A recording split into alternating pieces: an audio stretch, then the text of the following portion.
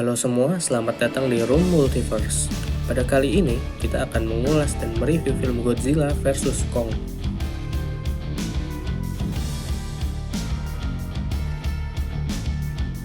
Film berjudul Godzilla vs. Kong yang rilis pada tahun 2021 merupakan sebuah film yang menceritakan pertarungan epik dua monster titan antara Godzilla dan Kong.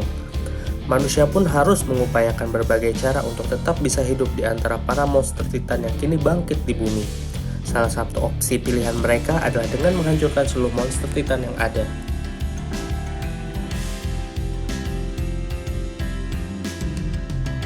Godzilla vs. Kong memberikan para penonton persis yang telah dijanjikan oleh judul yang diberikan. Monsterverse ini diawali dengan film Godzilla pada tahun 2014 dan film Kong Skull Island pada tahun 2017. Pertarungan dua monster ini yaitu Godzilla dan Kong merupakan salah satu pertarungan yang pernah berlangsung di film yang telah rilis di tahun 1962. Pertarungan yang sudah begitu lama terjadi di tahun 1962 merupakan pertarungan yang pastinya akan dinantikan lagi oleh penggemar film tersebut. Dan diharapkan pada tahun 2021 merupakan ajang adu otot antara dua monster yang akan banyak melakukan aksi gilanya seperti saling hantam, menembakkan api dari mulut Godzilla, hancurnya gedung-gedung dan menggetarkan bumi. Film ini begitu memukau dengan detail CGI monster yang sangat rumit dan kegilaan pertarungan dua monster yang sangat epik. Film ini merupakan benang merah dari akhir film yang rilis pada tahun 2019, Godzilla King of the Monster. Para titan raksasa bangkit ke permukaan bumi dengan Godzilla sebagai monster alpha dan pergi meninggalkan kota usai pertarungan melawan Ghidorah. Setelah beberapa tahun, Godzilla menyerang fasilitas yang dijalankan oleh perusahaan Apex Cybernetics di Florida. Fasilitas itu pun luluh lantak akibat serangan besar tersebut. Sementara Kong yang kini sudah lebih dewasa dan lebih besar dibanding kemunculannya di film Kong Skull Island yang bersetting tahun 1970-an, di film tersebut mereka berencana memindahkan Kong dari fasilitas penangkaran menuju lokasi bumi berongga yang memiliki seluruh ekosistem primordial bawah tanah. Dan ternyata saat menyeberangi lautan kehadirannya malah memancing sang alpha yaitu Godzilla yang keluar untuk bertarung melawan Kong. Pertarungan yang beberapa kali dilakukan merupakan perkembangan cerita yang paling cerdas yang bisa kita temukan di film ini. Salah satu upaya tidak menunda baku hantam merupakan proses membumikan sebuah naratif yang membuat kita merasa cerita tersebut mengalami perkembangan secara alami dan tidak ada orang yang mampu menghalangi para monster bertarung. Mengingat Godzilla maupun Kong masing-masing memiliki fanbase yang begitu besar, sang sutradara Adam Wingard bisa mengelolanya dengan baik dan mampu memberikan porsi bagi tiap monster untuk bersinar dan membuat pertarungan antara mereka terlihat sangat memukau. Pada dasarnya, Godzilla hanyalah monster titan yang hanya mengikuti nalurinya sendiri, sedangkan Kong di sisi lain mempunyai unsur kerinduan akan persahabatan dan keluarganya yang memberikan rasa kemanusiaan. Dia juga menjalin hubungan dengan seorang gadis kecil di film tersebut. Namun sayangnya kembalinya dua karakter Millie Bobby Brown dan Kyle Chandler sebagai Madison dan Mark Russell, dua putri ayah dari Godzilla King of the Monster tidak mendapatkan pengembangan karakter di film ini. Seolah kehadiran mereka hanya sebagai cameo yang diperpanjang dan tidak begitu mempengaruhi isi cerita.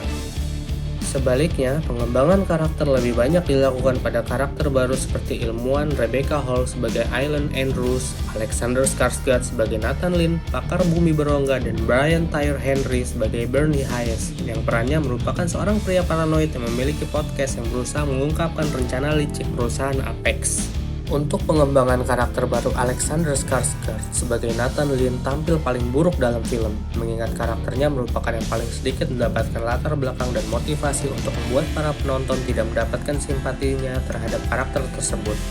Di sisi lain, Brian Tyree Henry sebagai Barney Hayes memainkan perannya dengan memberikan titik terang dengan apa yang dilakukan pihak antagonis.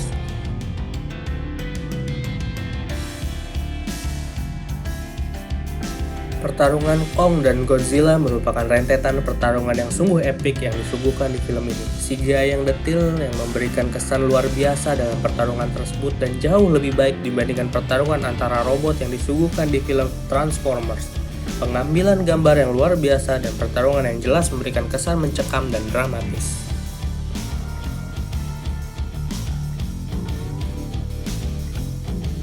Cerita dan para aktor yang disajikan tidak terlalu memberi kesan, namun hal ini dapat dimaklumi karena sang sutradara sendiri lebih fokus pada pertarungan dua monster tersebut.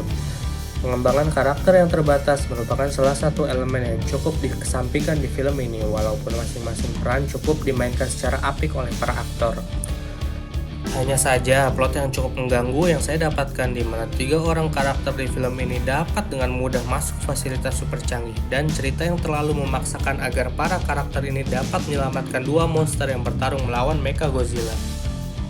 Hal yang cukup membuat saya mengurutkan dahi adalah tidak adanya pengembangan cerita tentang leluhur Kong yang terlihat memiliki peradaban yang cukup maju bagi seorang monster, di mana Kong memiliki kapak yang terintegrasi dengan gua dan dapat memancing amukan Godzilla.